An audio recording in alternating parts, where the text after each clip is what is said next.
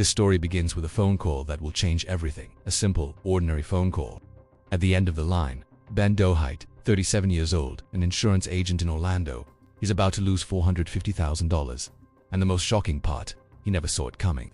Stay with me, because his story is a masterclass in how a comfortable life can shatter in an instant. Ben lived the American dream, a beautiful house in a quiet Orlando suburb, a stable job in insurance, and a loving family. For years, everything went smoothly. He was cautious, methodical. He built his savings little by little, brick by brick. By age 35, he had accumulated nearly $500,000. He felt secure, untouchable even.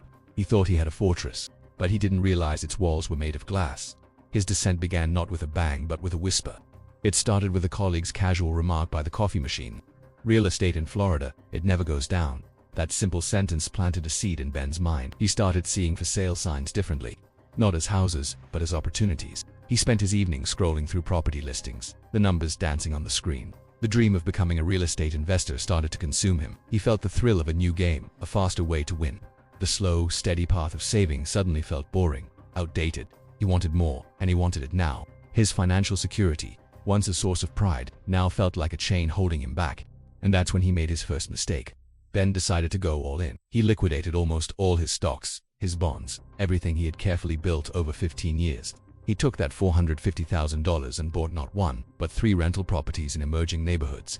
On paper, it was a genius move. The potential returns were huge. He ignored the advice of his financial advisor who urged caution, who spoke of diversification. Ben was convinced he knew better. He had the cash. He saw the opportunity. Why wait? He signed the papers, feeling a surge of adrenaline. He was no longer just an insurance agent. He was a real estate mogul in the making. The problem is, a paper empire can be torn apart by the slightest gust of wind. Then came the second era, one of arrogance.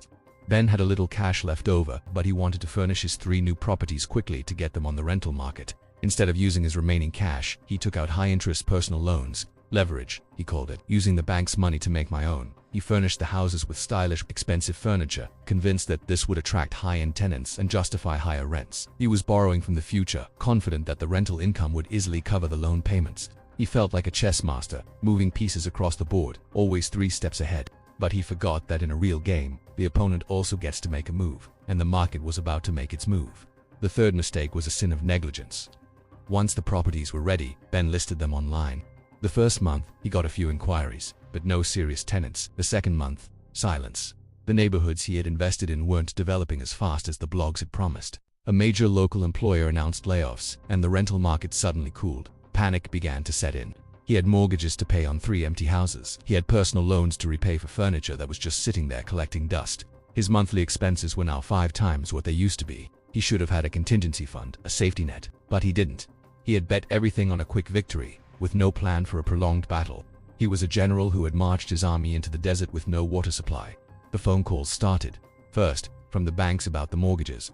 Then from the loan companies. His steady income from his insurance job was a drop in the ocean compared to the debt tsunami that was crashing down on him. The stress was immense. He wasn't sleeping.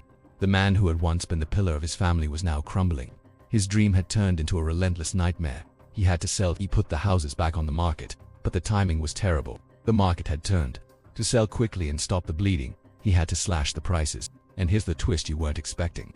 The phone call at the beginning of our story, it wasn't from a bank, it was from his old financial advisor.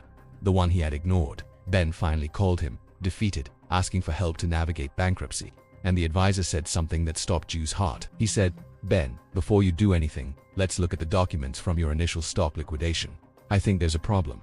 It turned out that when Ben sold his portfolio, a clerical error was made by his brokerage firm. A significant portion of his assets, nearly $100,000, was never actually transferred to his bank account. It was sitting, forgotten, in a transitional account. It wasn't a fortune, but it was a lifeline.